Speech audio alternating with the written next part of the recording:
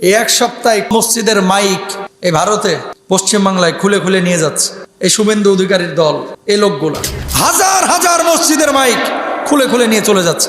কই শব্দ দূষণ হয়, মসজিদের মাইকে শব্দ দূষণ হয়, রাজনীতিবিদরা ওখানে যে 500 মাইক লাগায়া প্রতিবাদ করে ওখানে শব্দ দূষণ হয় না। ঢোল তবলা নিয়ে যখন মিছিল করে শব্দ দূষণ হয় না, শব্দ দূষণ খালি মসজিদের আজানে। জোরে জোরে নাইচা গায়া একেবারে আকাশ বাতাস প্রকম্পিত করো, তখন শব্দ দূষণ হয় না। শব্দ দূষণ শুধুমাত্র মসজিদের মাইকে। ঠিক আছে, যদি শব্দ দূষণ হয় তোমার দেশে গান নিষিদ্ধ করে দাও। কথা বলেন না কেন? শুনেন, প্রত্যেকটা দেশে আঞ্চলিকভাবে একটা ইফেক্ট কিন্তু আছে, এগুলো আপনারা বুঝেন না অনেকে। যখনই পার্শ্ববর্তী দেশগুলোতে এই ধরনের কাজ হয়, দাবি দাওয়া উঠে, এগুলো যখন বাস্তবায়ন করে, এখানকার কিছু চান্দু বুদ্ধিজীবী আছে, 2 দিন পরে এরাও কিন্তু শুরু করবে আসলেই তো শব্দ দূষণ। এই জন্য বি কেয়ারফুল, এই সমস্ত বিষয়ে সতর্ক থাকতে হবে। আমি রাষ্ট্রের কাছে আবেদন করব, মাননীয় প্রধানমন্ত্রী তারেক রহমানের কাছে, আপনি রাষ্ট্রীয়ভাবে প্রতিবাদ করেন। ওই দেশের মুসলমানদের মসজিদ ভাঙা হচ্ছে, ঘর বাড়ি ভাঙা হচ্ছে, ওই দেশে মুসলমানদের উপর আঘাত করলে আমাদের কলিজার মধ্যেও রক্তক্ষরণ হয়। কথা বলেন ঠিক কিনা? কারণ কি আমার নবী বলেছেন, আল মুসলিমু কাজাসাদিন ওয়াহিদ, সারা পৃথিবীর মুসলমানরা হচ্ছে একটা দেহের মতো। কথা বলেন না কেন? ওখানকার মুসলমান আক্রান্ত হলে আমার হৃদয়ে রক্তক্ষরণ হয়। আমরা দেশ বুঝি না, আমরা সমাজ বুঝি না, আমরা জাতি গোষ্ঠী বুঝি না। যেখানে এই কালিমা এবং তাওহীদের ঘোষণা দেওয়া হয়, লা ইলাহা ইল্লাল্লাহ, ওই মানুষটাই আমাদের কলিজার অংশ হয়ে যায়। কথা বলেন ঠিক কিনা? সুতরাং যারা এই কাজগুলো করছে, মূলত একটা সূক্ষ্মভাবে মুসলমানদেরকে নস্যাৎ করার, এই পৃথিবী থেকে বাতিল করার, কালিমার আলোকে নিভিয়ে দেওয়ার ষড়যন্ত্র চলছে। কথা বলেন ঠিক কিনা? এই জন্য আমি বলবো, রাষ্ট্রীয়ভাবে প্রতিবাদ হওয়া চাই। কতভাবেই তো মানুষ কতভাবে প্রতিবাদ করে, যে অন্তত মসজিদের, ভারতবর্ষে মুসলমান কিন্তু আজকে থেকে নাই, হাজার বছরের একটা পুরনো ইতিহাস। সেখানে মুসলমানরা নামাজ পড়বে, তারা তাদের ধর্ম পালন করবে। এদেশে আমরা কোনো মন্দিরে কি বাধা দিতে যাই? বরঞ্চ আমরা হিন্দুদেরকে ভালোবাসি, খ্রিস্টানদেরকে ভালোবাসি। আমাদের এই পশ্চিমবাংলায় বেশ কিছুদিন যাবৎ মসজিদের মাইকগুলো খুলে রাখা হচ্ছে এবং সাথে সাথে মন্দিরেরও বিভিন্ন জায়গায় মাইক খুলে ফেলা হচ্ছে। তো আসলে এই ব্যাপারে আমরা মুসলিম হিসেবে কি করতে পারি? আজান যদি মাইকে না দিয়ে মুখে আজান দেওয়া হয়, তাহলে কি নামাজ হবে? আসলে সাধারণ মানুষ যারা, অনেকে অনেকভাবে কিন্তু আমরা চিন্তা করি। কিছু কিছু জিনিস দেখবেন যেটা নামাজের মুস্তাহাব পর্যায়ের আমল অথবা সুন্নাহ পর্যায়ের আমল, যেগুলোকে আমরা প্রাধান্য দিই আলহামদুলিল্লাহ, কিন্তু মনে করি যে এটা না হলে মনে হয় নামাজ হবে না। প্রথমত এই কনসেপ্টটা, যে আমাদের শরিয়ার কোন বিধানটা কিভাবে আছে, এটা আমাদের ক্লিয়ার একটা কনসেপ্ট, একটা ধারণা রাখতে হবে। রাসূল সাল্লাল্লাহু আলাইহি ওয়াসাল্লামের জামানায় মাইক ছিল না, এখন মাইক আছে, মাইক আজান দিচ্ছে। এই যে ভারতে এই মমতার পরে, এই শুভেন্দু অধিকারী ক্ষমতা আসার পরে কিন্তু এই প্রবলেমগুলো বেশি হচ্ছে। কি বলতেছে যে শব্দ দূষণ হচ্ছে, মানুষের ডিস্টার্ব হচ্ছে। তো শব্দ দূষণ তোমরা যখন পলিটিক্যালি মাঠে ঘাটে প্রতিবাদ সমাবেশ করো, নিজেদের সমস্ত কথাগুলো জাহের করো বিভিন্ন মাঠে, সেটা দলীয় প্রোগ্রাম হোক, রাজনৈতিক প্রোগ্রাম হোক, সেখানে কি আসলে পরিবেশ দূষিত হয় না? সেই জায়গাগুলোতে মাইক ব্যবহার করা হয় 250, 300, 500 পর্যন্ত। আর মসজিদের 1টা, 2টা, 3টা মাইকে নাকি পরিবেশ দূষণ হচ্ছে। তারপরেও যেহেতু এটা হিন্দু রাষ্ট্র, তারা ধর্মীয় সহানুভূতির কথা সবসময় বলে, কিন্তু নিজেরা আসলে ধর্মীয় ব্যাপারে উদার না।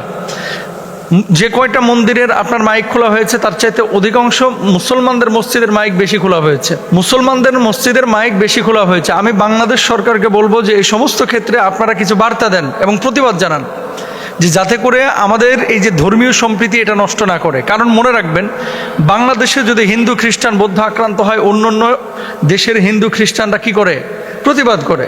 কিন্তু পশ্চিমবাংলায় একটার পর একটা মুসলমানদের উপরে এরকম একটা দায় চাপিয়ে দেওয়া হচ্ছে, অথবা আইন করে মুসলমানদের আবেগ, ইমোশনের উপর আঘাত করা হচ্ছে। কেউ কিন্তু কোনো কথা বলতেছে না। আবার আমরা যখন কথা বলি, তখন বলা হয় আপনি বাংলাদেশের নাগরিক, আপনার বলার দরকারটা কি? দেখেন, আল মুসলিমু কাজাসাদিন ওয়াহিদ, সারা পৃথিবীর মুসলমানরা হচ্ছে একটা দেহের মতো। ওয়ান উম্মাহ কনসেপ্ট। দেশ বিভাজন হতে পারে, কিন্তু কোনো জায়গায় মুসলমানদের সাথে যদি রূঢ় আচরণ করা হয়, মুসলমানদেরকে আঘাত করা হয়, স্বার্থহীন করা হয়, অথবা স্বার্থ নিয়ে টান দেওয়া হয়, মুসলমানদেরকে যদি বিপদগ্রস্ত করা হয়, তাদের ঈমান আমলকে যদি হুমকির মধ্যে ফেলানো হয়, তাহলে একজন মুসলমান হিসাবে এটা আমার স্বাধীনতা আছে যে তাদের পক্ষে কথা বলা।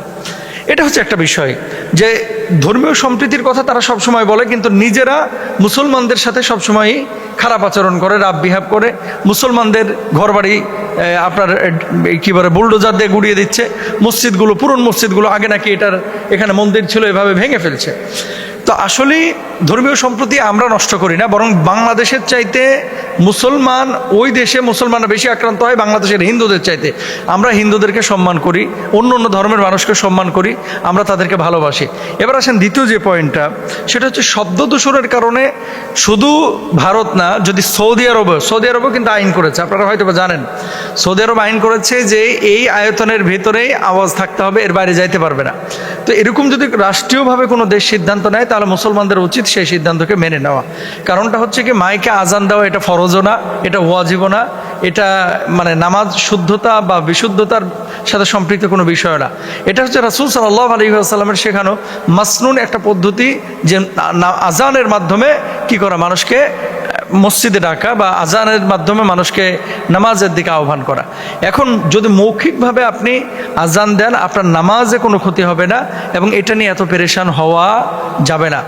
সৌদি আরবে আইন করেছে, দুবাই আইন করেছে, কাতার আইন করেছে। মসজিদের মাইকের ব্যবহারের ক্ষেত্রে কিছু সীমাবদ্ধতা আছে।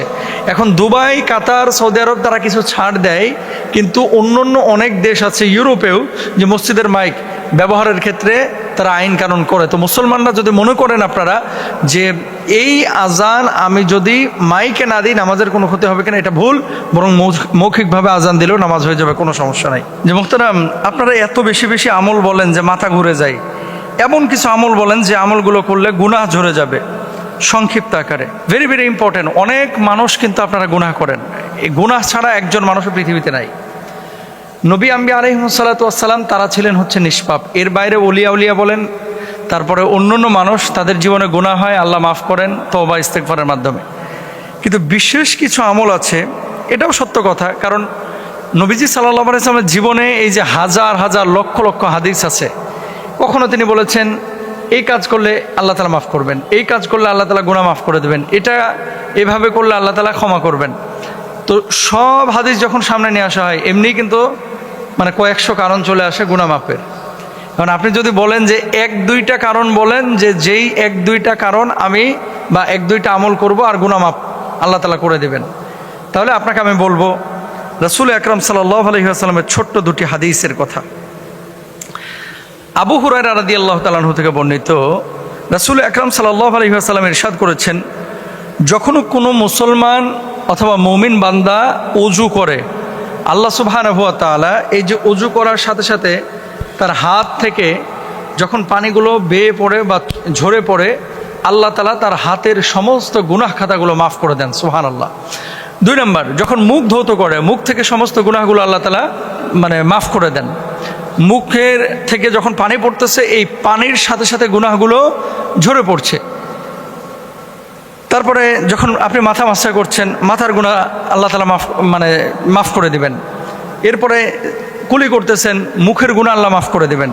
পা ধুইতেছেন, আল্লাহ তাআলা পায়ের গুনাহ মাফ করে দিবেন। তো ওযুর দ্বারা আল্লাহ রাব্বুল আলামিন মূলত আপনার ছোট গুনাহগুলোকে মাফ করে দেন। তারপরে এটা হচ্ছে তিরমিজির হাদিস এবং সহিহ মুসলিমের মধ্যেও কিন্তু হাদিসটি রয়েছে।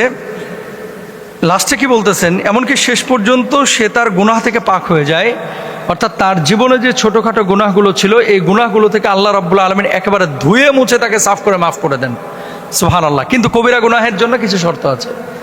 কবিরা গুনাহ থেকে আপনি মুক্তি পাওয়ার জন্য শুধু উযু করবেন আর আল্লাহ তাআলা মাফ করে দেবেন, ব্যাপারটা এরকম না। কবিরা গুনাহ থেকে মাফ পাওয়ার জন্য অবশ্যই আপনাকে তওবা করতে হবে, এবং এই তওবাটা হতে হবে একেবারে দৃঢ় সংকল্পবদ্ধ, যে আল্লাহ আমি এই পাপ আর জীবনে করব না, ও মাহবুদ এই গুনাহের সাথে আমি নিজেকে আর জড়াবো না, ও আল্লাহ এই গুনাহ আমি ভুলবশত করেছি, আমি লজ্জিত, আমি অনুতপ্ত, এভাবে আল্লাহর কাছে আকুতি মিনতি পেশ করতে হবে, চোখের পানি ছেড়ে কান্না করতে হবে, তাহলে আল্লাহ সুবহানাহু ওয়া তাআলা মাফ করবেন। কবিরা গুনাহ শুধু ওযুর দ্বারা মাফ হয় না, আবারও বলে। তাহলে আপনি যদি সগীরা গুনাহগুলো মাফ করতে চান, তাহলে সহজ আমল হচ্ছে ওযু করা। আর ওযু করবেন কিসের জন্য? খালি সারাদিন ওযু করলেন, নামাজ পড়লেন না, তা হবে না। কিন্তু ওযু করতে হবে, নামাজ পড়তে হবে, শরিয়ার বিষয়গুলোকে বাস্তবায়ন করতে হবে। তাহলে তওবা করা, ওযু করা, এটা আমরা পাইলাম। এরপরে দেখেন নবীজি সাল্লাল্লাহু আলাইহি ওয়াসাল্লামের আরেকটি হাদিস হচ্ছে আনাস ইবনে মালিক রাদিয়াল্লাহু তাআলা আনহু থেকে বর্ণিত, একবার রাসূল সাল্লাল্লাহু আলাইহি ওয়াসাল্লাম একবার শুকনো পাতাওয়ালা গাছের কাছ দিয়ে যাচ্ছিলেন। তো আল্লাহর হাবিব সাল্লাল্লাহু আলাইহি ওয়াসাল্লাম হঠাৎ একটা লাঠি দিয়ে গাছটিতে আঘাত করলেন, পাতাগুলো ঝরে পড়ে। যখন পাতাগুলো ঝরে পড়তেছিল, নবীজি সাল্লাল্লাহু আলাইহি ওয়াসাল্লাম তখন বলছিলেন, আলহামদুলিল্লাহ, সুবহানাল্লাহ, লা ইলাহা ইল্লাল্লাহ, আল্লাহু আকবার। সকল প্রশংসা আল্লাহ তাআলার। আল্লাহ তাআলা অতীব পবিত্র এবং আল্লাহ তাআলা ব্যতীত আর কোনো মাবুদ নাই, তিনি অতি মহান।